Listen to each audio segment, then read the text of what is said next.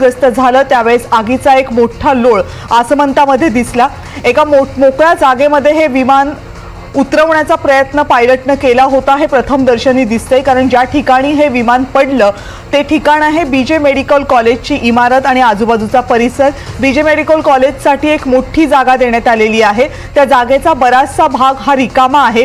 कदाचित हे विमान पडतंय किंवा हे विमान आपण उडवू शकत नाही असं लक्षात आल्यानंतर एका मोकळ्या जागेत उतरवण्याचा प्रयत्न पायलटने केला असावा आणि त्याच दृष्टीने इथं विमान पडलं असावं अशी शक्यता आहे। या संदर्भातली कोणतीही अधिकृत माहिती नाही, पण ज्या ठिकाणी विमान कोसळलं त्या ठिकाणी आजूबाजूला काही मोकळी जागा होती, मात्र तरीही विमान एका इमारतीवर पडलं, ज्या इमारतीमध्ये मेडिकल कॉलेजच्या हॉस्टेलची मुलं राहत होती। ही मुलं दुपारची वेळ असल्यामुळे जेवणासाठी वरच्या मजल्यावर आली होती आणि दुर्दैवानं त्याच वेळी हे विमान या इमारतीवर पडलं।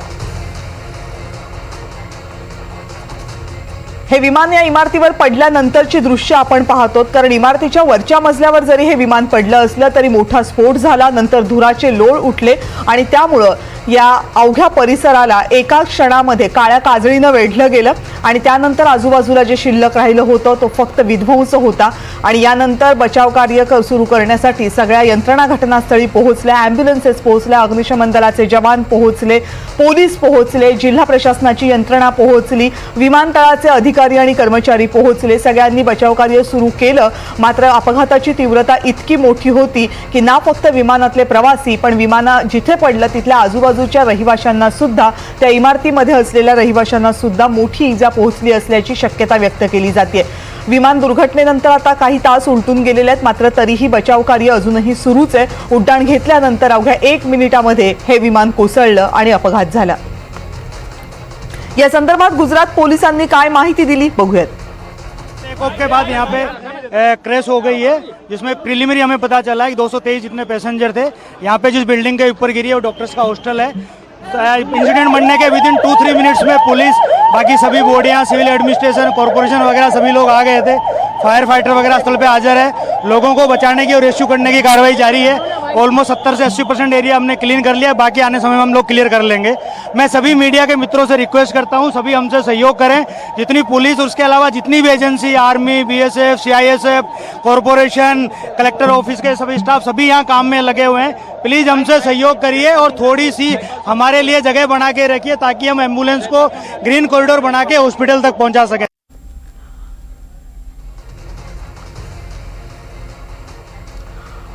आणि या अपघातासंदर्भात बोलण्यासाठी कॅप्टन निलेश गायकवाड पुन्हा एकदा माझ्यासोबत आहेत। निलेशजी, पुन्हा एकदा स्वागत आहे आपलं एनडीटीव्ही मराठीमध्ये। आज दुपारी आपण बोललो होतो अपघात झाल्यानंतर लगेचच, त्यावेळेस काहीही स्पष्ट झालेलं नव्हतं। आता जवळपास 2 तासांपेक्षा जास्त कालावधी अपघातानंतरचा उलटून गेलेला आहे। आता काही आणखीन स्पष्टता आली आहे का या अपघातासंदर्भात? अजून तरी खरोखर मी पण टच मध्ये आहे या सगळ्या गोष्टींच्या। जी प्राथमिक माहिती होती तेवढीच आतापर्यंत आहे। फक्त आता कॅज्युअलिटीची संख्या जी आहे ती वाढते आहे, ते दुर्दैव आहे, ते वाढू नये एवढीच अपेक्षा, पण तो नंबर वाढतोय। पण ह्याच्यामध्ये काय झालंय की बहुतेक आता विमानाचा काहीतरी, कारण मी मागे पण तुम्हाला सांगितलं होतं की नॉर्मली आताच्या ज्या कंडिशन्स आहेत, आताचे जे विमान आहेत, इथं ड्रीम लायनर 787 हे जे विमान आहे हे अतिशय स्टेबल आणि सक्सेसफुल एअरक्राफ्ट म्हणून एव्हिएशन इंडस्ट्रीमध्ये, प्रवासी विमानांमध्ये ओळखलं जातं। त्याच्यामुळे याच्यामध्ये तसं विशेष काही हे होण्याचं कारण नाहीये। राहिला प्रश्न पायलट जे आहेत ते अतिशय प्रशिक्षित पायलट असतात, कारण तुम्ही बघत असाल की म्हणजे वर्षानुवर्ष असे विमान अपघात असे वरचेवर होत नाहीत। तर अनलेस अँड अंटिल करंट तसे डीजीसीए किंवा प्रत्येक एव्हिएशन अथॉरिटीकडून किती तास त्यांनी विमान उड्डाण केलं पाहिजे, कशा पद्धतीने विमान उड्डाण केलं पाहिजे, त्यांची फिजिकल कंडिशन कशी असली पाहिजे, त्यांच्या अल्कोहोल टेस्ट, या सगळ्या गोष्टी, स्ट्रेस टेस्ट, या सगळ्या टेस्ट त्यांच्या झाल्यानंतर मगच त्यांना विमान उड्डाणाची परवानगी दिली जाते। तर त्याच्यामुळे आणि वैमानिक सुद्धा आजकालचं त्यांचं प्रशिक्षण हे सुद्धा हार्डकोर असतं, म्हणून त्यांच्याकडून आणि त्यांना सगळ्यांना ते वैमानिकांना हे दिलेलं असतं। त्यांना स्वतःला माहित असतं की ही अतिशय जबाबदारीचं रिस्पॉन्सिबल असं प्रोफेशन आहे, त्याच्यामुळे त्यांच्याकडून विशेष अशी मानवी चूक होण्याची मला तर विशेष शक्यता वाटत नाहीये। तर याच्यामध्ये काहीतरी तांत्रिक दोष असेल किंवा मी तेव्हा जी शक्यता वर्तवली असेल ती त्याचं वेटच्या प्रमाणात त्याला जर हे मिळालं नसेल, लिफ्ट मिळाली नसेल, तर तो सिंक होण्याचं कारण आहे। पण मात्र वैमानिकाने फुल थ्रोटल दिलेलं असेलच, कारण तशी त्या पद्धतीने त्याशिवाय तो टेकअप होत नाही। आणि तुम्ही जर विमान नीट बघितलं, फक्त आता याच्यामध्ये मी ऍड असं करतो की जे व्हिडिओ आपण बघतो तर तुम्ही माझ्या हाताचा अँगल बघा की विमान अगदी लँड होताना पण ह्या पद्धतीने टेलवर त्याचं लँड झालंय, म्हणजे वैमानिकाने शेवटच्या क्षणापर्यंत सुद्धा त्याला एअरबॉर्न म्हणजे त्याचं नोज आकाशाकडेच होतं, एअरबॉर्न कडेच होतं, म्हणजे त्याने पूर्ण यॉक त्याला दिलेला होता, पूर्ण नियंत्रण त्याच्यावर केलेलं होतं. परंतु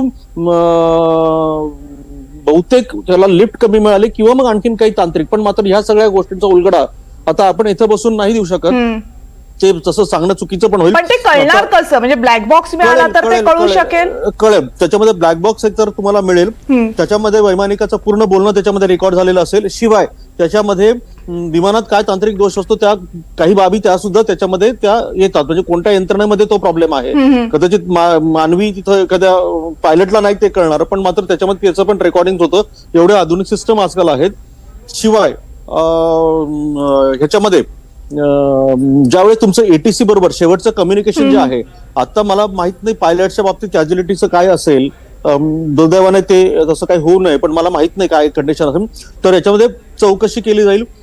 जर पायलट्स जर त्या ठिकाणी आता असतील, समजा जर त्यांच्या बाबतीत पण काही बरं वाईट झालं असेल तर मात्र ते दुर्दैव आहे, तर मात्र एटीसी मध्ये काय कम्युनिकेशन झालं असेल त्याचे रेकॉर्डिंग ते तपासतील आणि मग त्याच्यानंतर हे खरं काय झालं असेल ते कळेल. पण मात्र ही खूप मोठी दुर्दैवी घटना आहे भारताच्या इतिहासातली आणि हे होऊ नये असं.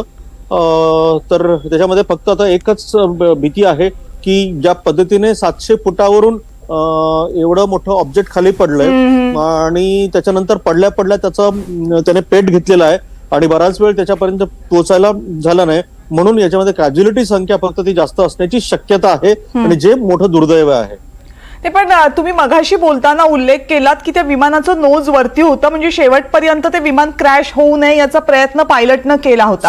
आता जी परिस्थिती ग्राउंडवर दिसतेय, ज्या ठिकाणी हे विमान कोसळलंय, तर बीजे मेडिकल कॉलेजचा परिसर आहे आणि त्याच्यात बरीचशी जागा मोकळी आहे. ही शक्यता एवढ्या कमी वेळामध्ये असू शकते का की कमीत कमी नुकसान व्हावं याचा प्रयत्न शेवटपर्यंत पायलटनं केला? बेसिकली मॅडम त्याचं असं आहे की आता हे जर विमान साधारणतः 5-7 हजार फुटावर असतं तर वैमानिकाला गो अराउंड करून परत तो रनवेवर तो आणू शकला असता, म्हणजे तेवढं तर आहे. म्हणजे किती उंचावर जर असेल तर तुम्ही बऱ्याच अंतरावर तो, म्हणजे त्या टेक्निकचं आहे, त्यांना दिलेलं प्रशिक्षण आहे, त्याच्यातून वैमानिक त्याला हे करू शकतो. थोड्या वेळामध्ये साधारणतः हे 15-20 मिनिटाचं जर अवधी राहिला असता तर हा 15-20 मिनिटांमध्ये त्याने जर हाईट गेन केली असती, हाईट गेन केल्यानंतर तो गो अराउंड करून तो लँड झाला असता, पण मात्र तर त्याला हाईट अतिशय कमी मिळाली, कारण तेवढ्या हाईटमध्ये तो परत जाऊन, कारण विमानाचं इंधन 2 प्रकारचं असतं, एकतर म्हणजे जे ऍक्च्युअल इंधन आहे ते, आणि दुसरं म्हणजे त्याचा अशा प्रकारे इमर्जन्सीमध्ये लँड करायचं असेल तर त्याला एकतर म्हणजे तिथं पॉवर जर कमी पडत असेल तर त्याला त्याची हाईट जर त्याला मिळाली तर त्या हाईटने तो खाली नोट डाऊन करून तो रनवेवर येऊ शकतो किंवा आणखीन सेफ झोन बघून तो लँड करू शकतो. म्हणजे भले मोठी नदी असेल, तसं मागे हडसन मध्ये प्रकरण झालं होतं, उतरवलं होतं, बरोबर उतरवलं होतं, म्हणजे त्याला तेवढा वेळ मिळाला. तर पण मग 700 फूट म्हणजे काही मोठी हे नाहीये, त्याच्यामुळे 700 फुटावरून त्याला परत गो अराउंड करणं शक्य नाहीये पायलटला. हा मात्र तो मोठा डिसएडव्हान्टेज त्यांना तो झाला की त्यांना हाईट नाही गेन करता आली तेवढी. पण मात्र त्या व्हिडिओवरून, म्हणजे जो माझ्याकडे व्हिडिओ आलेला आहे त्या व्हिडिओवरून असं दिसतं की शेवटपर्यंत त्याचं नोज अप होतं, म्हणजे तो शेवटपर्यंत पायलट त्याला थ्रोटल देऊन, पॉवर देऊन, मग कुठेतरी पॉवर कमी पडत असावी आणि लिफ्टचा प्रॉब्लेम झालेला असावा किंवा मग आणखीन काय जे तांत्रिक कारण असेल ते मात्र ब्लॅक बॉक्स मधून आणि ह्याच्यामधून एटीसी बरोबरच्या झालेल्या कम्युनिकेशन या दोघां ठिकाणूनच ते क्लिअर होईल. तुम्ही खूप स्पष्ट करून सांगण्याचा प्रयत्न करताय, कारण या खूप तांत्रिक आणि खूप गुंतागुंतीच्या बाबी आहेत समजण्यासाठी. पण तुम्ही जे मला सांगताय की ते लिफ्ट करण्याचा, कारण विमानाचं वजन प्रचंड असतं, इतक्या मोठी वजनी वस्तू तुम्हाला हवेमध्ये तरंगत ठेवायची असते, ती जमिनीच्या गुरुत्वाकर्षणाला विरोध करून ती वरती न्यायची असते, आणि जर ती गोष्ट सिंक होत असेल तर अशा वेळेला नेमके काय तांत्रिक प्रॉब्लेम किंवा तांत्रिक गोष्टी येतात, अडचणी होतात की जेणेकरून ते उडूच शकत नाही आणि खाली येतं शेवटी? नाही, मी सांगितलं ना, तर बेसिक तर ह्या 2 गोष्टी तशा म्हटल्या तर आपण म्हटलो तर तशा 1000 गोष्टी निघतील. ठीक आहे, मग एकतर इंजिन बंद पडलं असेल, इंजिनची पॉवर कमी पडली असेल, हा एक असेल, दुसरं त्याला लिफ्ट नसेल मिळाली, म्हणजे तो थोडक्यात ते झालं, एक तर इंजिनची पॉवर कमी पडली असेल, ओके. योग्य निर्धारित त्याला त्याचा स्पीड एखाद्या विशिष्ट स्पीड पर्यंत जाऊन त्याचा टेक ऑफ घ्यायचा, म्हणजे त्याचं वजन, त्याचं पेट्रोलचं वजन, म्हणजे इंधनाचं वजन, माणसांचं वजन, लगेजचं वजन, कार्गोचं वजन, हे सगळं काउंट करून त्याला जो एक विशिष्ट वेग त्याला वरती टेक ऑफ करण्यासाठी पाहिजे असतो लिफ्ट मिळण्यासाठी, तर तो कमी पडला असेल. आणि तिसरं म्हणजे टर्ब्युलंट कंडिशन्सचा इथं मोठा हे येतो, कारण आता वातावरण सगळीकडे बऱ्यापैकी खराब आहे, आणि जर टर्ब्युलंट कंडिशनमुळे समजा जर ते आउट ऑफ कंट्रोल झालं असेल तर, पण मात्र म्हणजे मला ही खात्री आहे कोणताही वैमानिक त्याला जर हाईट जर मिळाली असती, म्हणजे साधारणतः हा प्रकार साधारणतः 20 मिनिटानंतर 25 मिनिटानंतर जर घडला असता तर साधारणतः त्याला गो अराउंड करून त्याला येता येणं, कारण 700 फूट हे अंतर इतकं कमी आहे की त्याला वळवणं पण शक्य नाही आणि ते काहीच नाहीये. म्हणजे अशा गोष्टी होतात बऱ्याच ठिकाणी, म्हणजे हे काही मोठं नाहीये, पण मात्र त्याला जर वेळ मिळाला, त्याला जर हाईट मिळाली तर त्या हाईटवर जाऊन तो गो अराउंड करून तो परत लँड करू 100% पायलटने लँड केलं असतं, ती मला खात्री, कारण आपले पायलट आजकाल तेवढे प्रशिक्षित आहेत. पण एक आणखीन विमान दुर्घटनांच्या वेळेला शक्यता कायम वर्तवली जाते की बर्ड हिटची, म्हणजे पक्षाची धडक बसली का, पक्षी इंजिनामध्ये अडकला का वगैरे, तर इतक्या कमी वेळामध्ये असं काही झालेलं असू शकतं? मला नाही वाटत, कारण एकतर वरती विजिबिलिटी पण खूप कमी होती आणि पक्षाची धडक बसण्याचं कारण शक्यतो मला नाही वाटत. म्हणजे खरं सांगायचं, प्रत्यक्षदर्शी नसल्यामुळे उगीच काही आपण सांगायचं, पण मला ते हे वाटत नाही. तर एक टर्ब्युलंट कंडिशन असेल किंवा मग मशीन मध्ये खराबी येऊन त्याला तेवढं पॉवर नाही मिळाली, पॉवर नाही मिळाली तर त्याला लिफ्ट नाही मिळणार, म्हणजे तो गुरुत्वाकर्षणाच्या विरुद्ध दिशेला नाही वर जाऊ शकणार, आणि मग त्याला, आणि मग तिसरी गोष्ट, तो सेफ लँड करू शकला असता, पण मात्र तो सेफ लँड करण्यासाठी त्याला तेवढी हाईट नाही मिळाली. हे एकूणातच आता काहीही अंदाज वर्तवणं खूप कठीण आहे, कारण जसं आपण मघाशी म्हटलं, ब्लॅक बॉक्सचा डेटा जोपर्यंत येत नाही, ATC मध्ये काय त्यांचं संभाषण झालं याची त्याच्याशी जोड होत नाही, याशिवाय विमानामध्ये इतर गोष्टी येतात ती येत नाही, तोपर्यंत आपल्याला काही कळणार नाही. अपर्णा महाडिक यांचा या प्रवाशांमध्ये सहभाग होता, या प्रवाशांमध्ये होत्या त्या सुनील तटकरे यांच्या कुटुंबातील आहेत. क्रू मेंबर होत्या अपर्णा महाडिक, जे या विमानामध्ये होत्या. 10 एकूण क्रू मेंबर या विमानामध्ये होते. सुनील तटकरे यांचे नातेवाईक असल्याच्या समजते. त्यांचे भाचे जे आहेत त्यांच्या त्या पत्नी आहेत. अपर्णा या क्रू मेंबर म्हणून काम करत होत्या एअर इंडियामध्ये, आणि जे विमान आता अपघातग्रस्त झाले, जे अहमदाबादहून लंडनच्या दिशेने निघालं होतं, त्या विमानामध्ये त्या क्रू मेंबर म्हणून नियुक्त होत्या. आणि दुर्घटनाग्रस्त विमानामधले कोण कोण बचावलेत किंवा कुणाकुणाचा जीवाला धोका निर्माण झालाय हे अजूनही स्पष्ट झालेलं नाही, कारण यादी फक्त प्रवाशांची आणि क्रू मेंबर्सची जी समोर आली आहे त्यामध्ये अपर्णा महाडिक यांचं नाव आहे. दुर्दैवानं त्याच विमानावर मध्ये प्रवास करत होत्या जे विमान अपघातग्रस्त झाले. मी पुन्हा एकदा निलेश सरांकडे जाते. निलेश सर, मला आता सांगा की आपण मगाशी ब्लॅक बॉक्स बद्दल बोललो होतो आणि याच्याशिवाय ATCशी जे संभाषण झालं त्याच्याबद्दल सुद्धा बोललो होतो, पण ATCशी जे संभाषण झालं ते फक्त विमानानं टेक ऑफ केल्यानंतर आणि अपघातग्रस्त होईपर्यंतच असतं की त्या अगोदर सुद्धा जी सगळी प्रक्रिया असते ते सुद्धा यामध्ये ध्यानात घेतलं जातं? सगळं असतं, पूर्ण प्रवासाचं त्याच्यामध्ये रेकॉर्डिंग असतं. म्हणजे समजा पायलटचं ATCचं कुठे काय झालं असेल, आणि त्याच्यामध्ये शिवाय बाकी तांत्रिक गोष्टी पण त्याच्यामध्ये रेकॉर्ड होतात. म्हणजे नुसतंच कम्युनिकेशन नाही तर बाकी तांत्रिक गोष्टी पण त्याच्यामध्ये रेकॉर्ड होतात. म्हणजे त्याच्यामध्ये तुम्हाला त्याचं कारण हे नक्कीच कळतं. तर आता याच्यामध्ये प्रोसिजरमध्ये असं असतं. तर याच्यामध्ये आणखीन एक महत्वाची गोष्ट, आता दुसऱ्या एका चॅनलशी बोलत होतो तेव्हा, की याच्यामध्ये एक प्रोसिजर असते ज्याला चेकलिस्ट आम्ही म्हणतो. की चेकलिस्ट म्हणजे काय, की नॉर्मली विमान जेव्हा उड्डाणाच्या आधी मग ते विमानाचे मेंटेनन्स सगळे इंजिनियर्स असतात. आता नॉर्मली विमान प्रवास आजकाल सगळ्यांनी केलेला आहे, तर तो सगळ्या म्हणजे त्याच्या टायर पासून त्याचं ऑइल, त्याचं फ्युएल कंटामिनंट्स, त्याच्यानंतर त्याचे सगळे जे काय म्हणू शकतो आपण मराठीमध्ये त्याला, एलेरॉन्स, फ्लॅप्स, म्हणजे जे काही कंट्रोल पंख विमानाचे पंख, त्याला कंट्रोल करणारे वर जाण्यासाठी, खाली येण्यासाठी, यॉ करण्यासाठी, डावीकडे वळण्यासाठी, उजवीकडे वळण्यासाठी, बँक करण्यासाठी जे काही सगळे इन्स्ट्रुमेंट्स आहेत त्यांचं चेक केलं जातं. आणि इतर अनेक यंत्रणा असतात त्या सगळ्या मेंटेनन्स इंजिनिअरांनी शिवाय नंतर पायलट त्याच्या पद्धतीने सगळ्यात तो विमानाला चेक करतो. हे सगळं चेक झाल्यानंतर याला चेकलिस्ट असं म्हणतात आणि ते नुसतंच याच्याने करत नाही, तर प्रत्येकाला ती एक लिस्ट असते, तर प्रत्येक लिस्टवर क्लिक करून तुम्हाला हे सगळं करायला लागतं. त्याच्यामुळे हे सगळं चेक्स करून पायलट निघालेले असतील आणि त्याच्यानंतर ज्यावेळेस अशा प्रकारची इमर्जन्सी झाली त्याच्यामध्ये सुद्धा चेकलिस्ट असते. म्हणजे पायलट आपल्या मनाने असं काही करेल असं नसतं. मग त्याच्यामध्ये ती चेकलिस्ट त्यांनी नक्कीच फॉलो केली असेल. त्या चेकलिस्ट मध्ये सगळ्यात महत्वाची जी गोष्ट सांगितली त्याची हाईट.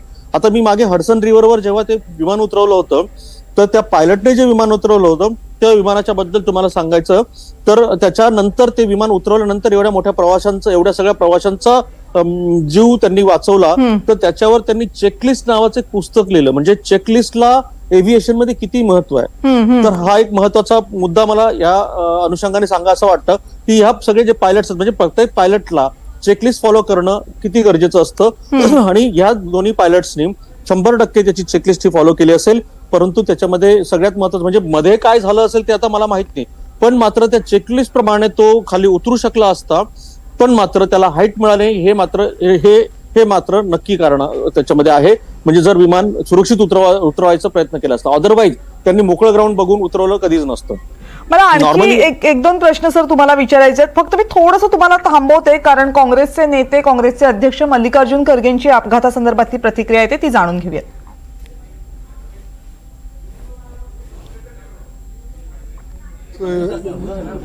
जो लंदन जाने वाली फ्लाइट थी जिसमें इंडियन और ब्रिटिश सिटीजन्स भी थे ऐसा मैं सुना, और जहाँ कंट्री के कोई भी लोग होने दो, इसमें जो जिनका मृत्यु हुआ उन सबको मैं मेरा श्रद्धांजलि मैं देता हूँ और कंडोलेंस मैं करता हूँ उनका. और जो मरे हुए लोग हैं उसमें उनको सरकार जल्द से जल्द मदद करना चाहिए. और जो जीवित लोग हैं जहाँ वो गिरा अपना विमान, उस एरिया के लोगों को भी मदद करना चाहिए. और जो अगर हॉस्टल है तो हॉस्टल में के बच्चों को भी मदत करना चाहिए. आणि या फ्लाईटमध्ये असणाऱ्या अपर्णा महाडिक यांचा फोटो समोर येतोय. अपर्णा महाडिक या फ्लाईटमध्ये क्रू मेंबर म्हणून काम करत होत्या. राष्ट्रवादी काँग्रेसचे नेते आणि खासदार सुनील तटकरे यांच्या कुटुंबातील आहेत, त्यांच्या नात्यातील आहेत. आणि आत्ता जी माहिती पॅसेंजर लिस्ट आणि क्रू मेंबर्सची जी यादी समोर आलेली आहे, वैमानिकांची जी नावं समोर आली आहेत, त्या नावांमधनं सगळ्यांनाच आपापल्या कुटुंबातील कुणी तिथे होतं का याची माहिती मिळते. दुर्दैवानं अपर्णा महाडिक ह्या त्याच विमानामध्ये होत्या ज्या विमानाला अपघात झालाय गुजरातमध्ये. एकूण 10 क्रू मेंबर होते या विमानामध्ये. यापैकी आणखी एक नाव आहे जे मराठी नाव आहे, मैथिली पाटील, या सुद्धा या विमानामध्ये क्रू मेंबर म्हणून काम करत होत्या. आत्ता या सगळ्या पॅसेंजर्सचं नेमकं काय झालंय, क्रू मेंबर्सचं नेमकं काय झालंय याची कोणतीही अधिकृत माहिती आलेली नाहीये.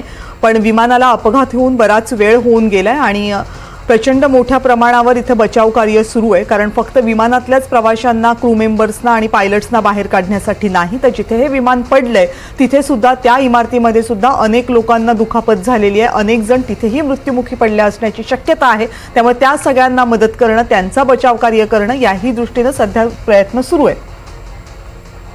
पापा दोनों फ्लाइट में बैठे हुए तो हम तुरंत इधर आ गए, पर इधर आते आते तो 1-1.5 घंटा तो रोड पे घूमते रहे.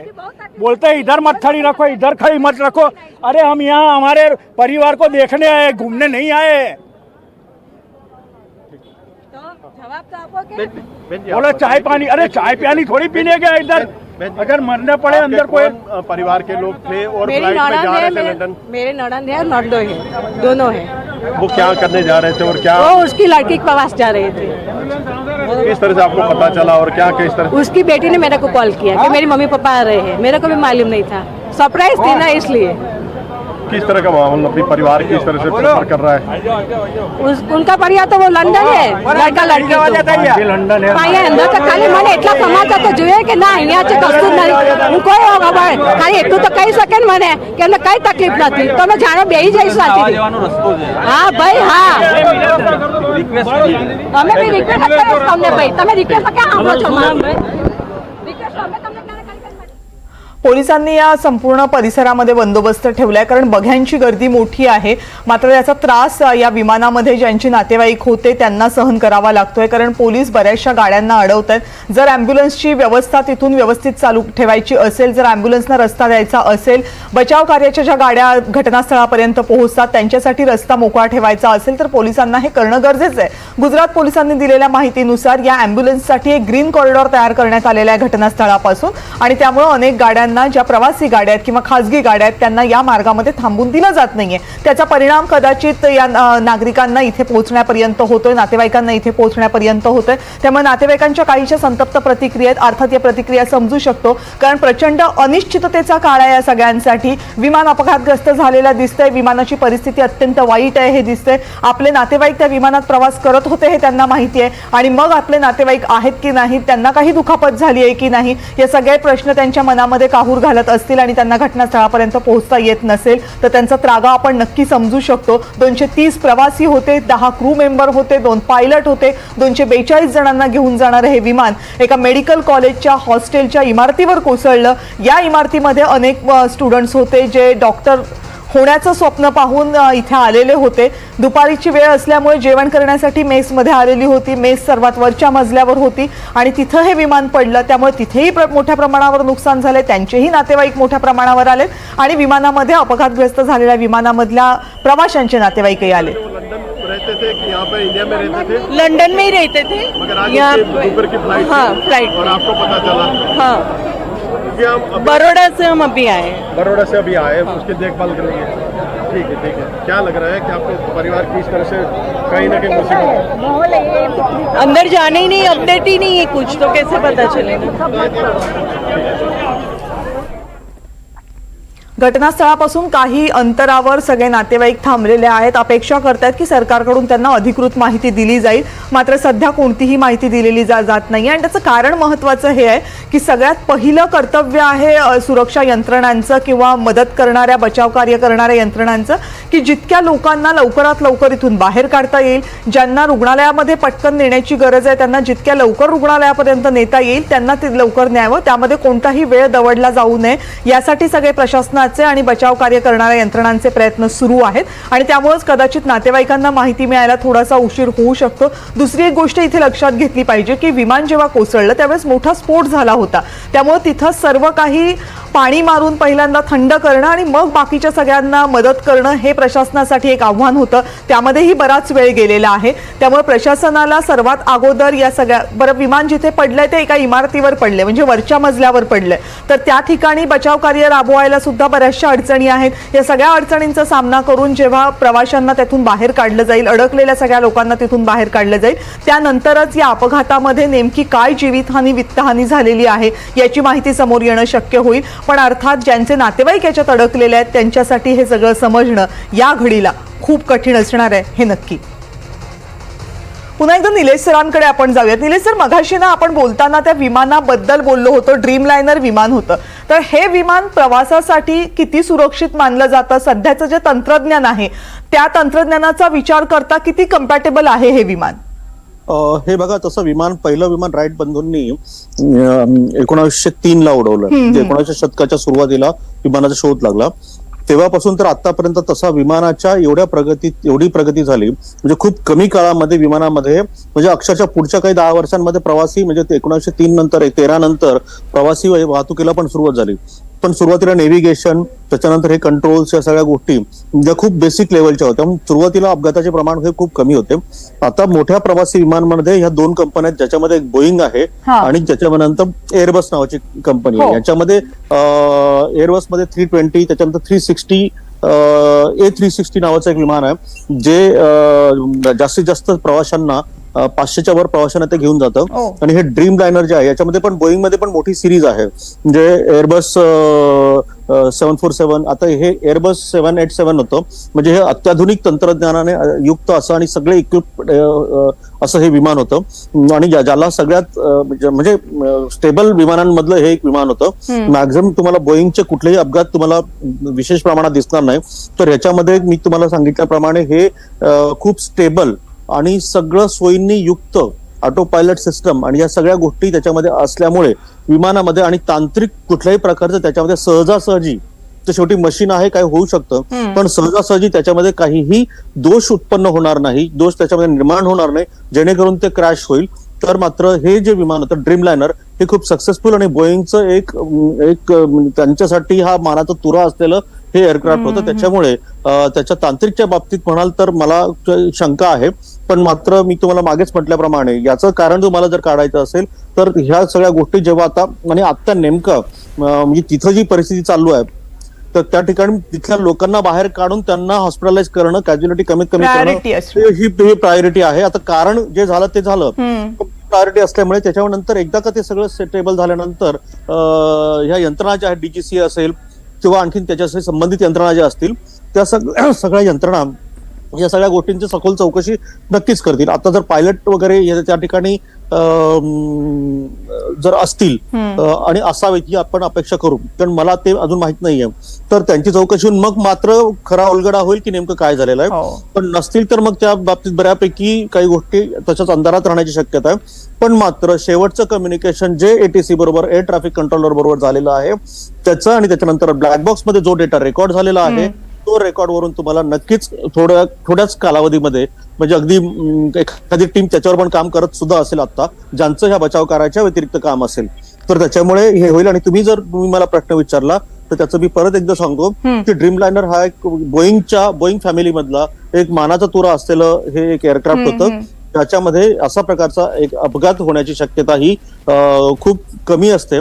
परंतु आता हे सगळं जे आहे हे आपल्याला या चौकशी अंती आपल्याला कळणार आहे. याच संदर्भातला एक छोटासा उपप्रश्न आहे, पण त्या अगोदर जी दृश्य आपल्या समोर आता काही क्षणांपूर्वी आली होती, अनेक नातेवाईक आहेत जे रडून पोलिसांकडे, सुरक्षा यंत्रणांकडे काही विनंत्या करतायत आणि स्वाभाविक आहे कारण पोलिसांकडे आणि सुरक्षा यंत्रणांकडे सुद्धा देण्यासाठी आता काहीही अधिकृत माहिती नाहीये. विमानाची जी अवस्था आहे ती पाहता बऱ्याच मोठ्या प्रमाणामध्ये आगीचे लोळ उठले होते, ज्याचा प्रवाशांना सुद्धा फटका बसलेला असू शकतो. जहां पर गिरा वहां डॉक्टर भी, जो लोग थे उनकी मैच भी थी, तो उनका भी अकस्मात के अंदर यानी कि डेथ हुई है, पैसेंजरों की भी डेथ हुई है. तो बहुत दर्दनाक और बहुत भयानक ये हादसा है. ये मैं मानता हूँ कि गुजरात में 32 साल के बाद दोबारा ऐसी एक दुर्घटना ये घटी है. हम ये जितने भी इस दुर्घटना में मृतक हैं उनकी आत्मा को शांति मिले और जो घायल हुए हैं उनको जल्दी से जल्दी अच्छी ट्रीटमेंट मिले और वो जल्दी से जल्दी अच्छे हों, ये हम ईश्वर से, भगवान से प्रार्थना करते हैं. लैंडिंग गियर क्यों डाउन था और क्या फ्लैप्स के पोजीशन वही थे जिस पे कि परफॉर्मेंस कैलकुलेट किया गया था? फ्लैप्स एक विंग्स के पीछे में एक डिवाइस होता है जो कि लिफ्ट को बढ़ाता है. तो जब एयरक्राफ्ट टेक ऑफ करता है तो उसका फ्लैप्स टेक ऑफ पे होता है, लैंडिंग गियर डाउन होता है. जैसे ही एयरबॉर्न होता है तो लैंडिंग गियर को अप किया जाता है. वो 30 से 50 फीट के ऊपर में लैंडिंग गियर को अप करने की कार्यवाही 50 फीट से ऊपर से शुरू हो जाती है. और इस केस में लैंडिंग गियर डाउन है. पॉसिबिलिटी के एयरक्राफ्ट का इंजन पावर लॉस वाज डिटेक्टेड बिफोर हैंड. अब टेक्निकल फॉल्ट के साथ अगर कोई मिक्सअप ऑफ पायलट एक्शन हुआ है कॉकपिट में तो वो सीवीआर और एफडीआर ही बताएगा. लेकिन विजिबली जो नजर आ रहा है, पायलट इन कमांड जो कंट्रोल पे थे वो एयरक्राफ्ट के नोज को पिच कर रहा है ऊपर की तरफ to control the flight from descending और कंटिन्यू क्लाइंबिंग. ये दोनों ही चीज नहीं हो पा रहा था. इसकी वजह तो यह है कि सफिशिएंट पावर नहीं था या उस फ्लाइट कन्फिग्रेशन के लिए सफिशिएंट एयर स्पीड नहीं था. एयर स्पीड का मतलब कि अगर जहाज बहुत स्लो है और फ्लैप्स अगर अप है तो अगेन एयरक्राफ्ट फ्लाई नहीं कर पाएगा. और दूसरा यह है कि सभी चीज सही है और पावर नहीं है, अगेन एयरक्राफ्ट फ्लाई नहीं कर पाएगा. तो इन सारे चीज इतने वेरिएबल्स हैं कि किसी भी तरह का स्पेकुलेशन विल बी वो अनजस्ट होगा for the pilots on board. अब कैसी स्थिति रही होगी पायलट्स के नज़रिए से कि जहाज़ जो है वो पायलट उसको उड़ाने की कोशिश कर रहा है और जहाज़ नीचे की तरफ गिरा चला जा रहा है और पायलट को ये पता नहीं चल रहा है ये हो क्यों रहा है, या इंजन्स पावर नहीं डेवलप कर रहे हैं। इट इज़ अ वेरी बहुत ही डिफ़िकल्ट सिनेरियो है इस चीज़ को गेस करना, ठीक है। लेकिन FDR विल से बहुत बड़ा सवाल है कि लैंडिंग गियर ऊपर क्यों नहीं था, क्योंकि खबर यह है कि जहाज़ 600 फीट तक ऊपर गया था, तो 600 फीट तक उसके लैंडिंग गियर ऊपर होने चाहिए थे, और क्या फ्लैप्स अपनी जगह पे था। ये सब दीज आर जो चीज़ है वो इन्वेस्टिगेशन की चीज़ है और किसी को भी स्पेकुलेट करने का हक नहीं है। मैं ये बोल रहा हूँ कि वेदर, हॉट टेम्परेचर, रनवे, ये सारा चीज़ परफॉर्मेंस एयरक्राफ्ट के इंजन पावर और कन्फिग्रेशन पे डिपेंड करता है। इंजन पावर टेक्निकली ख़राब हो सकता है, इंजन पावर बर्ड हिट की वजह से भी जा सकता है, और एयरक्राफ्ट का कन्फिग्रेशन पायलट के हाथ में होता है। क्या एक प्रॉब्लम था या मल्टीपल प्रॉब्लम था, अभी कोई कुछ नहीं कहा जा सकता।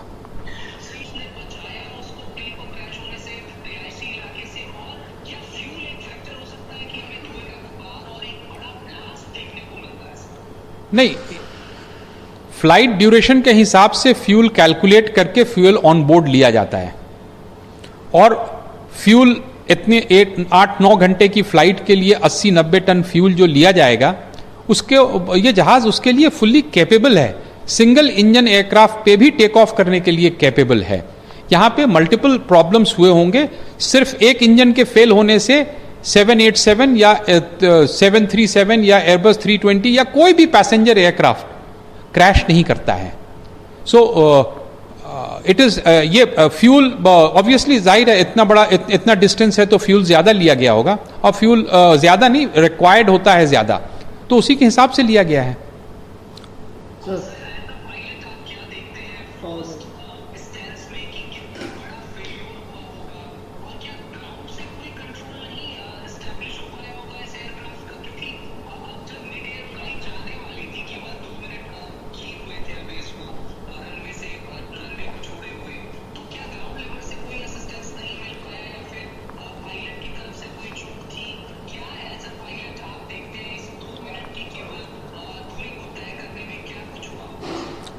देखिए, ग्राउंड से कोई असिस्टेंस नहीं मिल सकता था, एक्सेप्ट कि ग्राउंड फोरवार्न कर सकता था।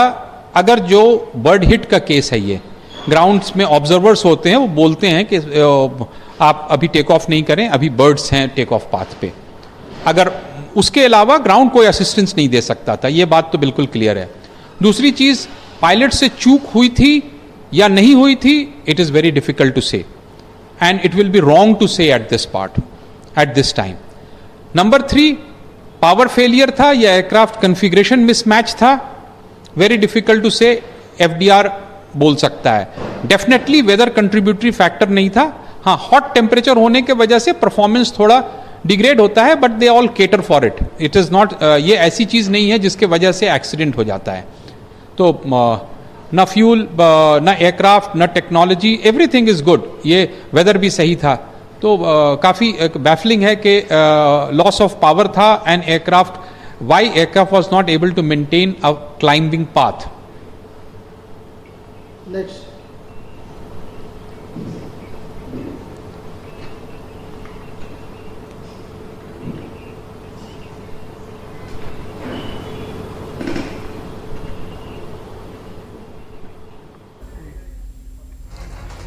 तर या क्षेत्रातले जे तज्ज्ञ आहेत किंवा ज्यांनी या क्षेत्रामध्ये काम केलेलं आहे, ते सगळ्यांचंच म्हणणं असं आहे की आत्ताच्या घडीला नेमकं हे सगळं कशामुळे झालं किंवा याला नेमकं काय कारण होतं या संदर्भात अनुमान लावणं खूप कठीण आहे, कारण मुळातच विमान ही अत्यंत गुंतागुंतीची प्रक्रिया आहे। त्याच्यामध्ये बरंचसं तंत्रज्ञान वापरलं जातं जे गुंतागुंतीचं असतं, आणि कुठलाही मुद्दा चुकीचा जाऊ शकतो। म्हणजे त्याच्यामध्ये फक्त मानवी चूक होईल किंवा इंजिनाची चूक होईल असं नाही, इतरही काही घटक असतील जे या अपघातासाठी जबाबदार असू शकतात, आणि जोपर्यंत अपघाताची रितसर चौकशी केली जात नाही, जे तंत्रज्ञान या विमानामध्ये वापरलेलं आहे त्या तंत्रज्ञानाचा आधार घेऊन काय काय झालं नेमकं अपघाताच्या आधी याची माहिती घेऊन अभ्यास केला जात नाही, तोपर्यंत या अपघाताचं खरं कारण नेमकं काय आहे किंवा खरी कारणं नेमकी काय आहेत हे स्पष्ट होणं खूप कठीण आहे।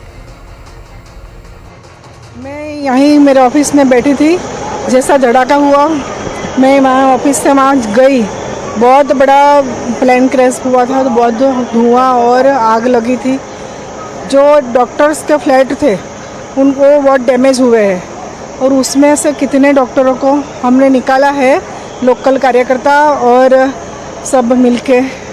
बाद में जो प्लेन में से निकाले हैं वो लोग भी बहुत बड़ी दुखद दुर्घटना, बहुत कितने बहुत लोगों की मौत, कुछ अभी कोई अंदाजा नहीं लग रहा है। ये ऐसी खबरें चल रही है रूपानी साहब पे, ऐसा कुछ नहीं, आपको अभी पता- ऐसा कुछ पता नहीं है कि क्या है। मैडम हालात कैसे, रेसिडेंशियल इलाका था क्या ये? डॉक्टरों का रेसिडेंशियल इलाका था, उनका फ्लैट था। पर ये कितने बजे हुआ, कुछ बस 2-2:30 के बीच। कुछ अंदाजा? मुझे तो कुछ पता ही नहीं। जैसा मुझे पता चला इसे ऐसा हूँ, मैं भागी हूँ। कितने मौत कितनी हो सकती है फिर भी? वो तो प्लान में जो लोग थे उनका तो पता नहीं जो है। रहने वालों की भी कुछ हुई? रहने वालों को भी बहुत नुकसान हुआ है। आणि ज्याची भीती होती ती माहिती समोर आली आहे। ज्या विमानाचा अपघात झालाय, अहमदाबादहून लंडनला जाणाऱ्या विमानात जे 242 जण प्रवास करत होते त्यांच्यापैकी कुणीही वाचू शकलेलं नाही। विमानाचा अपघात झाल्यानंतर जो भयंकर मोठा स्फोट झाला, आग लागली, त्यानंतर या विमानामधून प्रवास करणारे कुणीच वाचू शकलं नाहीये। 230 प्रवासी होते, 10 क्रू मेंबर होते, 2 पायलट्स होते, यांच्यापैकी कुणीही या अपघातातना बचावू शकलेलं नाहीये। विमानानं उड्डाण घेतल्यानंतर अवघ्या 1 मिनिटामध्ये हे सगळं झालं आणि या अपघातानं 242 जणांचा जीव घेतलाय। मात्र भीती ही आहे की ज्या इमारतीवर हे विमान पडलं त्यामध्ये आता किती नुकसान झालंय त्याचा आकडा समोर येऊ शकलेला नाहीये। पण आता पोलिसांनी, गुजरात पोलिसांच्या प्रमुखांनी जी माहिती दिली आहे त्यानुसार या विमान अपघातामध्ये कुणीही वाचू शकलेलं नाही। एअर इंडियाच्या विमानाला झालेल्या अपघातामध्ये 242 जणांचा मृत्यू झालाय, याची माहिती पोलीस कमिशनर GS मलिक यांनी दिली। 10 क्रू मेंबर, 2 पायलट, 230 प्रवासी, ज्यामध्ये 160 प्रवासी जवळपास हे भारतीय होते, 50हून अधिक प्रवासी हे ब्रिटिश नागरिक होते। याशिवाय 7 प्रवासी पोर्तुगीज नागरिक होते, 1 कॅनेडियन नागरिक होता आणि या सगळ्या प्रवाशांमध्ये 10 लहान मुलांचाही समावेश होता। पण दुर्दैवानं यातलं कुणीही वाचू शकलेलं नाही। निलेश गायकवाड आपल्या सोबत आहेत, पुन्हा एकदा त्यांच्याकडे जाऊयात। खरं तर निलेश सर, जेव्हा ही अपघाताची दृश्य पाहिली होती तेव्हा कल्पना आली होती की कॅज्युअल्टी याच्यामध्ये खूप मोठी असणार आहे। अशा प्रकारचे विमान अपघात होतात त्यावेळेस बचावाची शक्यता खरं तर बऱ्याचदा खूप कमीच दिसते। हो बरोबर, मी तेव्हा पण म्हटलं होतं की ह्याच्यामध्ये कॅज्युअलिटीची संख्या ही व्हायला नको, पण दुर्दैवाने त्याचा जो अपघात बघितल्यानंतर जे विमान खाली पडलं त्याचे जे डोअर्स असतात ते डोअर ओपन करायला पण त्यांना वेळ मिळाला नाही आणि त्याच्यामध्ये फ्युएल कॅपॅसिटी ही फुल असणार आहे, कारण त्याला लंडन पर्यंतचा प्रवास करायचा होता आणि एवढं मोठं प्रचंड प्रमाणातलं फ्युएल त्या ठिकाणी पेटल्यानंतर त्यामध्ये हे असं होऊ शकेल अशी कुठेतरी जाणीव मला होतीच ती। ते होऊ नये याच्यासाठी मी पण ईश्वराकडे प्रार्थना केली होती, पण मात्र तसं त्या आता माझ्याकडे शब्द नाही आहेत। आता माझ्याकडे पण तुमच्याच चॅनलवरून ही बातमी मला कळली आहे की त्याच्यामधलं कोणीही वाचू शकलं नाही, तर याच्यासारखं मोठं दुर्दैव हे नाही। आणि एव्हिएशन इंडस्ट्रीमधली, विमान क्षेत्रामधली ही हा आजचा किंवा सगळ्या भारतासाठी हा एक काळा दिवस आहे। तर मी आता म्हणजे मी हेलावलोय आता हे सगळं ऐकून आणि वाचून। तर मला कल्पना आहे की जेव्हा आपण एखाद्या विमानाचं उड्डाण घेत असतो त्यावेळेस तिथल्या प्रवाशांची सगळ्यांच्या जीविताची जबाबदारी आपल्या खांद्यावर असते। आज जरी तुम्ही तिथे पायलट नसलात तरी त्या पायलटच्या जागी तुम्ही स्वतःला ठेवून बघता आणि मग ह्या सगळ्याचं ओझं एक नकळतपणे मनावर येणं हे खूप स्वाभाविक आहे। आणि फक्त एक गोष्ट मी याची जाणीव फक्त सगळ्यांना प्रेक्षकांना तुम्हाला करून देतो, एक फक्त ज्या वेळेस आपण विमान प्रवास करत असतो त्यावेळेस जस्ट बॅड वेदरमुळे किंवा काही कारणांमुळे, तर जेव्हा विमानाचं टर्ब्युलन्स होतं म्हणजे विमान थोडंसं हलतं, थरथरतं, तर त्यावेळेस आपली काय अवस्था होते। आणि ज्या वेळेस हे विमान त्या 700 फुटावरून त्यांना तेव्हा कळलं असेल की हेलकावे खात हे प्रचंड वेगाने खाली जात आहे आणि आपटतंय, तर जोपर्यंत त्याने पेट घेतला नाही तोपर्यंत हे सगळे जिवंत आत्मे काय त्यांच्यावर हे झालं असेल याची तुम्ही फक्त कल्पना करू शकता।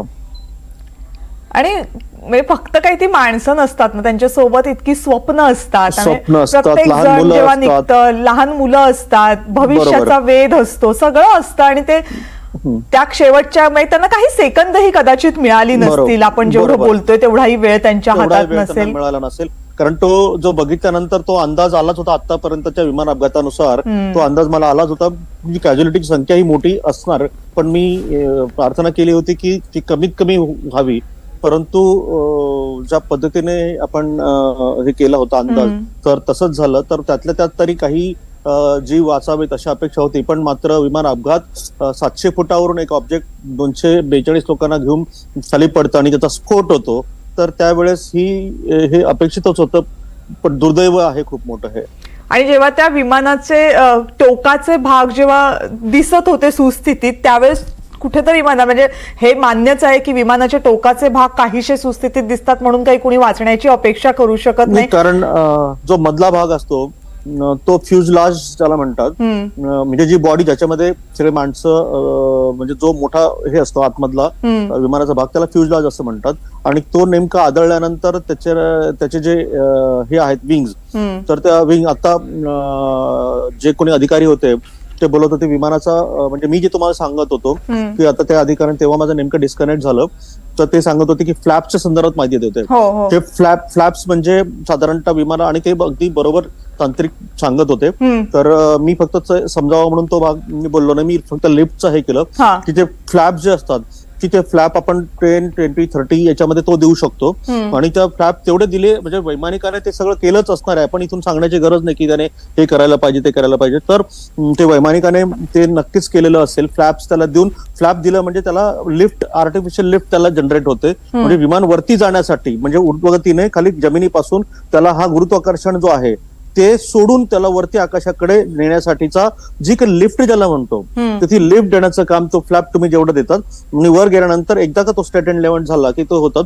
परंतु मला ही खात्री आहे की प्रॉपर प्रोसिजरनुसार वैमानिकांनी त्याला तो फ्लॅपचा वापर केला असेल, त्याला जास्तीत जास्त पॉवर देण्याचा प्रयत्न केला असेल. त्याच्या शेवटच्या दृश्यावरून आपण जे बघितलं की त्याचा नोज सुद्धा वरच्या टोकाला होतं. तर त्यानुसार पण जे दुर्दैव आहे, तर मी पण म्हणजे इतर पण तज्ञ जे सांगतायत तेच मी सांगतोय की पण ह्याचं कारण आता इथं बसून, स्टुडिओत बसून किंवा आता खूप कठीण आहे. तर हे जे आहे हे मात्र ह्या सगळ्या सिस्टम्स ज्या आहेत त्यांच्या चौकशी झाल्यानंतर, त्यांचं कम्युनिकेशन समोर आल्यानंतर, ब्लॅक बॉक्सचा डेटा समोर आल्यानंतर तुम्हाला ते कळेल आणि त्याला थोडा वेळ जाण्याची शक्यता आहे. ते खूप वेळ, आणि ते काही रस्त्यावरचा अपघात नाहीये की दोन गाड्या येऊन एकमेकांना धडकल्या आणि आपण कारण सहज शोधू शकतो, असं काही नाहीये. हे प्रचंड गुंतागुंतीचं. विशेष म्हणजे कोणी वाचलेलं नाहीये, पायलट आणि क्रू मेंबर पण वाचले नाही. त्याच्यामुळे आता तर मात्र थोडी अवघड परिस्थिती असणार आहे. समजा पायलट कॅज्युअलिटी मधून बाहेर आला असता तर मात्र पायलट नेमकं काय झालं हे सांगू शकला असता. पण पायलट आता म्हणजे कोणीच नसल्यामुळे तिथं काय झालं आतमध्ये काहीच माहित नाही. आता जे काही इलेक्ट्रॉनिक्स ज्या गोष्टी आहेत त्यांच्यावर आता डिपेंड करायला लागेल. त्याच्यानंतर ATC जे सांगेल, त्यांचा जो डेटा मिळेल त्याच्यावरून जेवढी माहिती मिळेल तीच माहिती त्याच्यावरूनच आपल्याला हे तसंही लवकरच कळेल, कारण आता पूर्वीसारखे सिस्टम राहिलेलं नाहीये. तर आता त्याचं ब्लॅक बॉक्स लवकरात लवकर शोधून ती माहिती आपल्याला मिळेल. पण मात्र आता म्हणजे ते का झालं, कसं झालं हे आपल्याला कळेल. पण मात्र ही खूप मोठी दुर्दैवी घटना आहे. एव्हिएशन इंडस्ट्रीसाठी हा खूप मोठा काळा दिवस आहे आणि खूप हेलावून टाकणारी प्रत्येक भारतीयासाठी गोष्ट आहे. किंबहुना जगासाठी ही खूप मोठी गोष्ट आहे. खूप वाईट अशी घटना आहे. जगाचा तुम्ही उल्लेख केला तर खरं आहे की जगाचा विचार करता अनेकदा विमान प्रवास हा सुरक्षितच मानला जातो, कारण तिथल्या अपघातांचं प्रमाण हे इतर प्रवासांच्या तुलनेत, अपघातांच्या तुलनेमध्ये, रस्ते अपघातांच्या तुलनेमध्ये वगैरे खूप कमी असतं. म्हणूनच या घटना लक्ष वेधून घेतात. आणि जे तुम्ही सांगितलं तेही खरं आहे की एव्हिएशन इंडस्ट्रीच्याच दृष्टीने, ती फक्त भारतीय एव्हिएशन सेक्टर नव्हे तर जगभरातल्या एव्हिएशन सेक्टरचे, कारण हे काही असं एकटं चालणारं क्षेत्र नाहीये. विमान बनवणाऱ्या कंपन्या असतील, प्रशिक्षण देणाऱ्या कंपन्या असतील किंवा इतर सगळे घटक याच्याशी जोडले गेलेले असतात. त्यामुळे हा अपघात असा काही आयसोलेटेड म्हणून पाहता येत नाही किंवा भारतात झाला वगैरे असं म्हणूनही पाहता येणार नाही. कारण जगाच्या एव्हिएशनच्या दृष्टीने हा काळा दिवस आहे. आणि दुसरी महत्वाची गोष्ट होतं काय की रोड ऍक्सिडेंट मध्ये पण भारतामध्ये अनेक जीव गमावले जातात, ती सुद्धा दुर्दैवी गोष्ट आहे. परंतु एव्हिएशन हा विमान प्रवास हा सगळ्यात सुरक्षित मानला जातो. पण ह्याचा एक ड्रॉबॅक असा आहे की ह्याच्यामध्ये समजा जर एखादा अपघात झाला तर मात्र बाकी आता रोड ऍक्सिडेंटमध्ये तुमची वाचण्याची शक्यता ही जास्तीत जास्त असते, पण मात्र एव्हिएशन मध्ये ही शक्यता म्हणजे खूप कमी असते. आणि त्यातल्या त्यात अशा प्रकारचा अपघात असेल तर मात्र हे झालं. तर मागे केरळमध्ये एका विमानतळावर बहुतेक त्रिवेंद्रमच्या ते दुबईवरून आलेलं एक एअरक्राफ्ट होतं, ते पण ओव्हरशूट झाल्यामुळे तुम्हाला आठवत असेल तर त्याच्यामध्ये किती वेळ हवेमध्ये गिरट्या घालत होतं. हो, त्याच्यामध्ये ते ओव्हरशूट झाला. तर याच्यामध्ये 2 प्रकार असतात, अंडरशूट आणि ओव्हरशूट. आता हा टेक ऑफच्या वेळी झालेला आहे, लँडिंगच्या वेळेस पण हे अपघात होण्याची शक्यता असते. अंडरशूट म्हणजे विमान रनवेच्या जिथं लँड केलं जातं त्याच्या आधीच, म्हणजे आधीच नागरी वस्तीवर किंवा त्याच्या विमानतळाच्या आतमध्ये गेल्यानंतर कंपाऊंडच्या रनवेच्या आधी ते लँड होणं, याला अंडरशूट म्हणतात. आणि ओव्हरशूट म्हणजे जिथं ते निर्धारित त्याचा टचडाऊन पॉइंट असतो थ्रेश होल्ड नंतर, म्हणजे इथं तुमचं विमानाचं चाक तिथं आलं पाहिजे. आणि म्हणजे मग तिथून तुमचं विमानाचे ते एअर ब्रेक्स, त्याच्यानंतर बाकीच्या सगळ्या थांबवण्याच्या सिस्टम ज्या आहेत त्या सगळ्या लागल्यानंतर तो विशिष्ट ठिकाणी तो थांबतो. परंतु समजा विमानाला खालून एअर प्रेशर जास्त असेल किंवा त्याचा स्पीड कमी झाला नाही, काही कारण असतं पायलटच्या एररमुळे किंवा जे काही असेल त्याला कारण काही असू शकतं, जर त्याचा स्पीड तो कमी झाला नाही तर मग ते जे विमान आहे तर ते विमान थोड्या पुढे अंतरावर उतरतं. आणि पुढे अंतरावर उतरल्यानंतर ते तुमचं रनवेच्या पुढे ते तुमचं विमान निघून जातं. आणि मग त्याच्यामुळे आणि असा हाच प्रकार, याला म्हणतात ओव्हरशूट होणं. आणि हा जो प्रकार होता, हा प्रकार त्या दुबईहून आलेल्या, गल्फमधून आलेल्या विमानाच्या बाबतीत त्रिवेंद्रम मध्ये तो झालेला होता, की मग तो कोचीन मध्ये होता ते आठवत नाही, पण मात्र केरळमध्ये केरळमध्ये होता. पण सुदैवानं त्यांना वेळ खूप मिळाला होता आणि मग इंधन कमी करण्यासाठी त्यांनी बऱ्याचशा गिरट्या घातल्या आणि मग पण ते सेफली लँड झालं होतं. आणि त्यामध्ये जे काही प्रवासी होते त्यांच्या कुणालाही नजीकच्या काळातलं, बरोबर आहे, भारतामधला नजीकच्या काळातलं तेच ऍक्सिडेंट होतं की पण त्याच्यामध्ये जीवितहानी झाली नव्हती. नाही, तो वेगळा प्रकार आहे. तो ते हे नेहमी होत असतं, पण मी सांगतो त्याच्यामध्ये पण जवळपास मॅक्झिमम कॅज्युअलिटी झाली होती. आणि त्या विमानतळाच्या पुढे मोठी दरी होती आणि ओव्हरशूट होऊन ते विमान त्या दरीमध्ये पडलं. तो बरोबर, हे वेगळा प्रकार आहे. आणि तो बऱ्याचदा हे होतं, तुम्ही म्हणतात तो पण बरोबर आहे. समजा जर मग आता त्याला जर हे करायचं असेल तर विमानतळावर तो गिरट्या घालतो, त्याचं इंधन संपवतो आणि मग तो लँड करतो. आणि त्यावेळेस ते विमान तुम्ही सांगतात तो पण प्रकार बरोबर आहे. मग त्यावेळेस मॅक्झिमम सगळे लोक वाचले होते, असं पण होतं. काहीतरी मला वाटतं विमानाची चाकं लॉक झाली होती, त्यामुळे तो प्रकार झाला होता. ती लँडिंग गिअर त्याचे ओपन होत नव्हते तेव्हा तो प्रकार झाला होता. एनिवे, मला त्या बाबतीत नाही काही मला आठवतंय कारण मी ती बातमी कव्हर केली होती त्यावेळेस, त्याच्यामुळे मला ते डिटेल्स आठवतंय. पण सर, तुमची ही आजची माहिती होती, त्याच्यामुळे हे काय काय घडू शकतं विमान क्षेत्रामध्ये. म्हणजे एक आहे की हे एवढं सगळं ऐकल्यानंतर सर्वसामान्य माणसाला भीतीही वाटू शकते की बाबा प्रवास करायचा की नाही, पण शेवटी आपण जेव्हा बाहेर पडतो त्यावेळेस या सगळ्या शक्यता आपल्या सोबत असतातच. दुर्दैवानं आजच्या या अपघातामध्ये सर्वच्या सर्व या विमानामधून प्रवास करणाऱ्यांचा मृत्यू झालेला आहे, ही माहिती आता समोर आली. सर, तुमचे खूप खूप आभार. ही सगळं समजावून सांगण्यासाठी प्रयत्न केलात आणि एवढ्या वेळामध्ये हे नेमकं काय झालेलं असू शकतं या सगळ्या शक्यतांना अत्यंत सोप्या शब्दांमध्ये आम्हाला सांगितलं, त्याबद्दल खूप खूप धन्यवाद. थँक्यू. तर अहमदाबादहून दुपारी 1:10 उड्डाण केलेल्या विमानाला जो अपघात झालाय, लंडनला निघालेल्या विमानाला, त्या विमानामध्ये प्रवास करत असलेल्या सगळ्यांचा मृत्यू झाल्याची माहिती आता समोर आलेली आहे. गुजरात पोलिसांनी दिलेल्या माहितीनुसार 242 जण जे विमानामध्ये प्रवास करत होते, 230 प्रवासी होते, या सगळ्यांचा यामध्ये मृत्यू झालाय. 242 जणांचा प्रवास हा फक्त विमानतळापासून 1 मिनिटांपर्यंतच झाला आणि त्यानंतर हे विमान अपघातग्रस्त झालं आणि या विमानामधल्या सर्वांचा मृत्यू झालाय. कॅप्टन अभिषेक शृंगारपुरे आत्ता माझ्यासोबत आहेत. अभिषेकजी, खूप खूप स्वागत आहे आपलं NDTV मराठीमध्ये. खरं तर ही बातमी आज संपूर्ण देशासाठीच नाही तर जगभरासाठी धक्कादायक आहे, कारण विमान अपघात ही कुठल्याही देशात प्रवास करणाऱ्या लोकांसाठी किंवा कुणासाठी सुद्धा अत्यंत धक्कादायक बातमी असते. आणि त्यामधले सगळ्यात दुर्दैव हे आहे की 242च्या 242 जणांचा याच्यामध्ये मृत्यू झालाय. त्यामुळे कदाचित खरं कारण काय आहे या अपघाताचं हेही समजायला आता खूप अडचणी असतील. येस, आज आमच्या विमान इंडस्ट्रीमध्ये आणि आमच्या पायलट इंडस्ट्रीमध्ये सगळ्यात काळा दिवस आहे. आम्ही अजूनही यातून बाहेर आलेलो नाही आहोत. हा असा अपघात आहे जो जीवाला लागलाय आणि माझी पायलट ट्रेनिंग इन्स्टिट्यूट आहे, स्कायजेट पायलट ट्रेनिंग अकॅडमी पुण्यामध्ये. ओके. आणि आम्ही आज घेऊच शकलो नाही. नंतर सगळ्या पायलट्सना आम्ही, माझी स्टुडंट पायलट आहेत, आम्ही तुमचं चॅनल बघत होतो आणि आम्हाला तेव्हा तिथे कळालं आणि खूप ते मनाला आम्ही बिलीव्हच करू शकत नाहीये की इतकं हाय एंड एअरक्राफ्ट 787 ड्रीमलाइनर एअरक्राफ्ट जे इतक्या सुंदर पद्धतीने 28 एअरक्राफ्ट एअर इंडियाकडे आहे आणि हा पहिला एवढा मोठा अपघात आहे या बोईंग 787 कंपनीचा. टेक्निकल रिझन आपल्याला एअरक्राफ्ट इन्व्हेस्टिगेशन जेव्हा होतील, ICAOची टीम येईल, DGCA ची टीम येईल, तेव्हाच कळेल.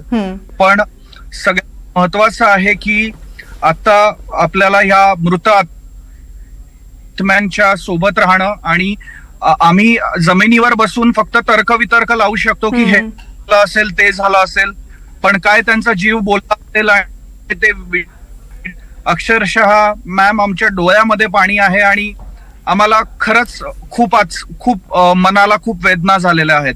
Being a pilot in this industry, हे फील्ड जेवढं सोपं आहे, जेवढं सेफ आहे, मी आजही सगळ्या प्रेक्षकांना सांगतो की हे तेवढं सेफ फील्ड आहे. आम्ही सगळ्या स्टँडर्ड ऑपरेशन प्रोसिजर्स फॉलो करतो, पण असं म्हणतात ना की जेव्हा ते लिहिलेलं असतं तेव्हा ते लिहिलेलं असतं. आणि खूप आज मी बघतोय की खूप चांगल्या पद्धतीने तुमच्या इथे माहिती मिळतीये की कसं सगळं टेक्निकल रिझन्स. पण मी एक सांगेन नक्की की ह्याच्यामध्ये एअरक्राफ्ट इन्व्हेस्टिगेशन टीम येईल, ह्याच्यामध्ये ब्लॅक बॉक्स नावाची एक गोष्ट असते, ह्याच्यामध्ये आमचे कॉकपिटचे चॅट्स असतात, ह्याच्यामध्ये खूप प्रत्येक विमानाचा छोटा आणि छोटा पार्ट हा उचलून त्याला भिंग लावून बघितलं जातं आणि 625 फीटवर हा अपघात झालेला आहे. म्हणजे जस्ट टेक ऑफ झाला होता लंडनसाठी. सो माझं जर का तुम्ही टेक्निकल मत विचाराल तर हे इंजिन फेल्युअर मला वाटतंय आणि कारण फ्लॅप पण ऑन आहेत, तर इंजिन फेल्युअर हे मी म्हणेन. ओके. आणि वेळ लागेल कदाचित, तुम्ही जसं मगाशी म्हटलात की आपण फक्त तर्कवितर्कच लढवू शकतो. मी तुम्हाला आणखीन काही प्रश्न विचारते, पण त्या अगोदर एक माहिती प्रेक्षकांना देते. केंद्रीय गृहमंत्री अमित शहा हे आज अहमदाबादला ज्या ठिकाणी हा अपघात झालाय तिथे भेट देणार आहेत. अमित शहा यांनी दिल्लीहून त्यासाठी उड्डाण केलंय आणि काही क्षणांपूर्वी अमित शहांची तीच दृश्य आपण पाहत होतो की असं काहीच म्हणजे अपघात झाल्यानंतर अगदी काही क्षणांमध्येच घोषित करण्यात आलं होतं की अमित शहा हे लगेचच गुजरातला येतील आणि या अपघातग्रस्त स्थळाची पाहणी करतील. अर्थात फक्त गुजरात राज्य म्हणून नाही, देशासाठी सुद्धा हा अपघात प्रचंड मोठा आहे, कारण एखादं विमान टेक ऑफ केल्यानंतर लगेचच कोसळणं आणि त्यामधल्या सगळ्यांचा मृत्यू होणं ही भारताच्या एव्हिएशन सेक्टरसाठी, विमान उड्डाण क्षेत्रासाठी प्रचंड मोठी घटना आहे. गेल्या अनेक वर्षांमध्ये असा इतका मोठा अपघात भारताच्या या सेक्टरमध्ये पाहायला मिळाला नव्हता. आणि दुर्दैवाची बाब ही आहे की इतक्या टेक्निकल तंत्रज्ञान असताना, इतकं तंत्रज्ञान ॲडव्हान्स झालेलं असताना अशा प्रकारचा अपघात व्हावा ज्यामध्ये 242 जणांचा जीव जावा. कदाचित मृतांचा आकडा आणखी वाढू शकतो, कारण विमान जिथे पडलंय त्या ठिकाणी सुद्धा काही जणांचा मृत्यू झाला असण्याची शक्यता व्यक्त केली जाते, पण त्या संदर्भातली अधिकृत माहिती अजून आपल्यापर्यंत आलेली नाहीये. अभिषेकजी, मला एक सांगा की मगाशी तुम्ही या विमानाच्या बांधणीचा उल्लेख केला, पण जी माहिती आता आली ती 11 वर्ष जुनं आहे हे विमान. तर एखाद्या विमान म्हणून विचार करता 11 वर्ष ही खूप मोठी असतात का त्याच्या वयासाठी? मॅम, मी तुम्हाला एक सांगेन की आमची जी ट्रेनी एअरक्राफ्ट असतात तीही जुनी असतात, पण आमची जे मेंटेनन्स इंजिनिअरिंग असतं किंवा आम्हाला COF म्हणजे सर्टिफिकेट ऑफ एअरवर्दीनेस, म्हणजे हे एअरक्राफ्ट उडण्यासाठी लायबल आहे की नाही ह्याचे सारखे चेक्स होत असतात. सो ह्या टेक्निकल गोष्टी आहेत की 11 वर्ष जुनं वगैरे, पण हे 787 हे ड्रीमलाइनर आम्ही एअरक्राफ्ट आमच्यासाठी तरी खूप चांगलं आणि खूप मजबूत इंजिन आणि मजबूत त्याची कॅपॅसिटी असलेलं हे विमान आहे. तर हा पहिला अपघात आहे मॅम. मी आधी एअरबस 320चे झालेत, 737 NGचे एअरक्राफ्टचे जे विमानाचे अपघात झालेत, पण हा पहिला अपघात आहे 787चा जो इतका आमच्यासाठी हे खूप ऍडव्हान्स एअरक्राफ्ट आहे. प्रत्येक पायलटचं ड्रीम असतं. ह्याला वाईड बॉडी एअरक्राफ्ट म्हणतात. वाईड बॉडी म्हणजे हे मोठी एअरक्राफ्ट असतात. 777 असेल, 787 असेल, तर आम्हाला हे कळण्याच्या पर्याय आहे की ह्या एअरक्राफ्ट बरोबर ऍक्सिडेंट होऊच कसा शकतो. माझे बरेच मित्र एअर इंडियामध्ये आहेत, माझे बरेच मित्र 787 उडवतात. अतिशय सुंदर आणि अतिशय आपण म्हणूया ना की चालवायलाही मजा येते असं हे एअरक्राफ्ट आहे. आणि म्हणून आम्ही सगळेजण खूप जण शॉक मध्ये आहोत की एअरक्राफ्ट शकतं. एक्स्ट्रीम हीट कंडिशन्स जून मध्ये असतात.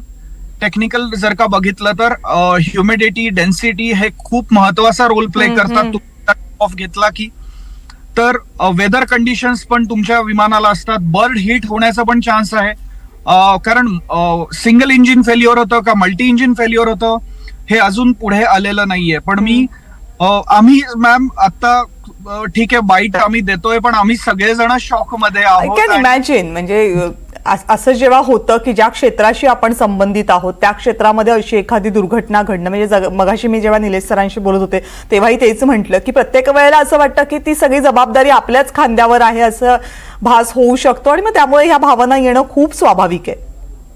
नजदीक के सगे हैं उनसे रिक्वेस्ट है कि डीएनए टेस्टिंग की व्यवस्था हम लोगों ने बीजे मेडिकल कॉलेज के कसौटी भवन में की है.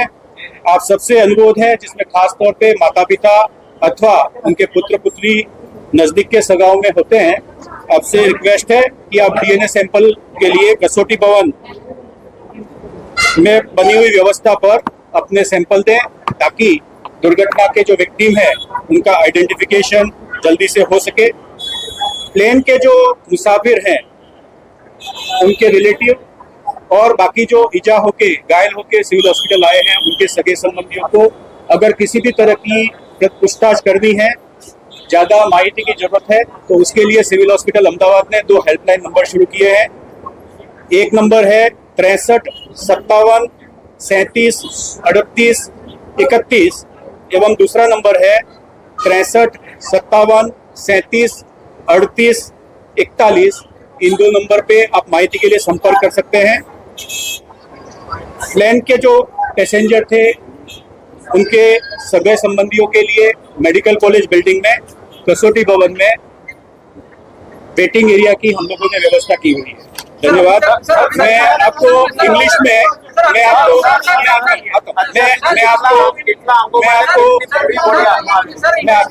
आपको इंग्लिश में अगर आप में से चाहते हैं. ज्या बीजे मेडिकल कॉलेजच्या इमारतीवर हे विमान कोसळलं त्याच बीजे मेडिकल कॉलेजकडनं ही माहिती देण्यात आलेली आहे की डीएनए सॅम्पल्स देण्यासाठी नातेवाईकांनी समोर यावं. सकाळपासून जेव्हा या अपघाताचे दृश्य पाहत होतो त्यावेळेस जी भीती मनामध्ये होती ती भीती आता शब्दांमध्ये व्यक्त झालेली आहे. कारण जेव्हा असा विमानाचा अपघात होतो, स्फोट प्रचंड मोठ्या प्रमाणावर होतो, त्यावेळेस मृत व्यक्तींचे जे मृतदेह मिळतात त्या मृतदेहांची अवस्था ओळखण्यापलीकडे असते आणि डीएनए टेस्टिंग हाच या मृत व्यक्तींना ओळखण्याचा अखेर मार्ग असतो आणि तोच मार्ग आता या विमान अपघातानंतर सुद्धा अवलंबला जातोय. त्यामुळे या विमानामध्ये प्रवास करणारे जे प्रवासी असतील, जे या 242 जण यामध्ये मृत्युमुखी पडले, त्यांच्या सगळ्या नातेवाईकांना इथे आपले सॅम्पल्स द्यावे लागतील. ब्लड सॅम्पल्स असतील किंवा इतर जे सॅम्पल्स ज्या हॉस्पिटलकडनं मागितले जातील त्यानंतरच या मृतांची ओळख पटवली जाईल. कारण या मृतांची ओळख पटवण्यासाठी दुसरा कोणताही मार्ग उपलब्ध नाही.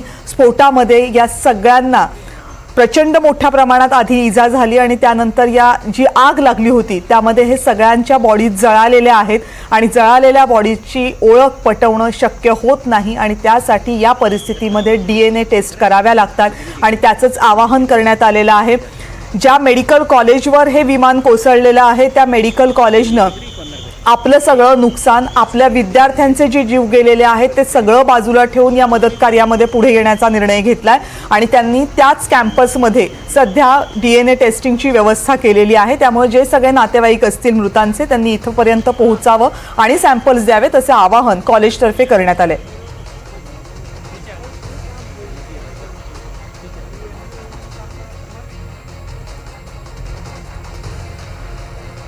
लंडनमधल्या विमानामध्ये जाणाऱ्या विमानामध्ये 242 प्रवासी होते. त्या 242 प्रवाशांचा मृत्यू झालाय. 230 प्रवासी होते, त्याच्यामध्ये 10 क्रू मेंबर होते आणि 2 पायलट्स होते.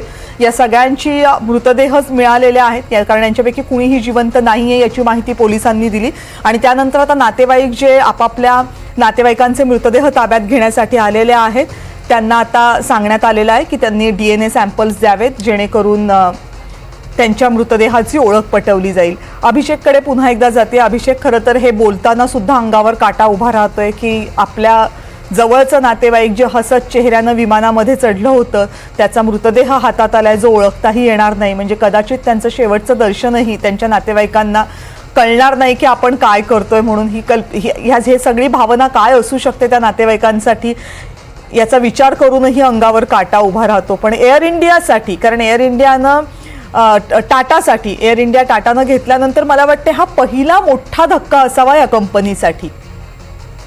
हो मॅम, छोटा कधीच झालेला नाहीये आणि एअर इंडियासाठी हा खूप मोठा धक्का आहे. एअर इंडियासाठी आणि टाटासाठी हा खूप मोठा, मी म्हणेन की त्यांची चूक झाली आहे, त्यांचं कुठे फेल्युअर झालंय. आणि 2 पायलट्स जे आज आपल्यामध्ये नाहीयेत आणि एवढी 242 लोक, आणि मी ते 242 लोकच नाही, खाली जे डॉक्टर्स होते ते पण नाहीयेत. तर ह्या सगळ्यांचं कोण जबाबदार आहे? वेदर जबाबदार आहे का ते मशीन जबाबदार आहे का पायलट कडून काही चूक झाली आहे? हे करण्यासाठी थोडासा वेळ आपल्याला घ्यावा लागेल. पण हा खूप मोठा एअर इंडियासाठी आणि पूर्ण आमच्या एव्हिएशन इंडस्ट्रीसाठी खूप मोठा धक्का आहे. आमच्या एव्हिएशन इंडस्ट्रीमध्ये SOPs फॉलो केले जातात. SOPsच्या बाहेर आम्ही काही करू शकत नाही. आमची झोप असेल, आमचं जेवण असेल, ह्या सगळ्या पायलट्सच्या गोष्टी ह्या आमच्या स्टँडर्ड ऑपरेशन प्रोसिजर मध्ये असतात. नुकतंच FDTL पण पायलटवर स्ट्रेस येतोय, पायलटची झोप होत नाहीये म्हणून DGC आणि FDTL पण आमचा हे केला होता, चेंज केला होता. त्यामध्ये काही चांगल्या सुधारणा केल्या होत्या. भारताचं एव्हिएशन सेक्टर ग्रो होतंय. पायलट्सची जी येणारी कमी आहे किंवा पायलट्स आहे ते पण आम्ही सिम्युलेटर्सवर जास्तीत जास्त घेतो.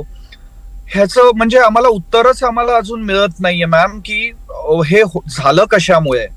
कारण पायलटनी पूर्ण प्रयत्न केला असेल की ते विमान व्यवस्थित कंट्रोल करायचं, पण लॉस ऑफ पॉवर झाला असेल, जर का लॉस ऑफ इंजिन, कारण मेडे कॉल गेला होता. मेडे हा असा कॉल असतो की ज्या वेळेस मी म्हणेन समोर मृत्यू दिसत असतो. आमच्या याच्यात पॅन कॉल असतो जिथे इंजिन मशीन तुमचं किंवा एअरक्राफ्ट ऍटलिस्ट काहीतरी चान्स असतो. पण मेडे हा असा कॉल असतो ज्यामध्ये सगळेजण अलर्ट होतात. आणि हेच जर का लँडिंगच्या वेळेस मेडे असतं तर ऍटलिस्ट रनवे मिळाला असता. पण इथे काही चान्सच टेक ऑफला मिळाला, वेळही नाही ना मिळाला. 1 मिनिटाच्या आत सगळा खेळ आटोपलेला होता, त्यामुळे त्यांना काही वेळही नाही मिळाला. त्यांनी कॉल दिला, त्या कॉलला रिस्पॉन्स मिळाला, तोही त्यांच्यापर्यंत पोहोचला नाही. त्यामुळे भारताच्याच नाही तर जगभराच्या विमान अपघातांच्या इतिहासामध्ये हा एक काळा दिवस म्हणून तर असेल, पण ही एक अत्यंत धक्कादायक बाब म्हणूनही नोंदली जाईल. कारण 2025 मध्ये आहोत, टेक्निकली ॲडव्हान्स युगामध्ये आहोत आणि त्यावेळेस असा एखादा अपघात घडणं, मग तो मानवी चुकांमुळे असेल किंवा तांत्रिक चुकांमुळे असेल, त्याची चौकशी होईल. पण असा अपघात घडणं आणि त्यामध्ये इतक्या जणांचे जीव जाणं, आणि फक्त विमानातल्या नाही तर विमान जिथे पडलं तिथल्या सर्वसामान्य नागरिकांचे जीव जाणं, हे खूप धक्कादायक, खूप दुःखद आहे. पण यातनं आपल्याला भविष्याची दिशा नेमकी स्पष्ट करावी लागेल, कारणं शोधावी लागतील. खूप खूप धन्यवाद अभिषेक, तुम्ही आमच्याशी जोडले गेलात आणि ही सगळ्या टेक्निकल बाबी आम्हाला समजून घेण्यासाठी मदत केली त्याबद्दल.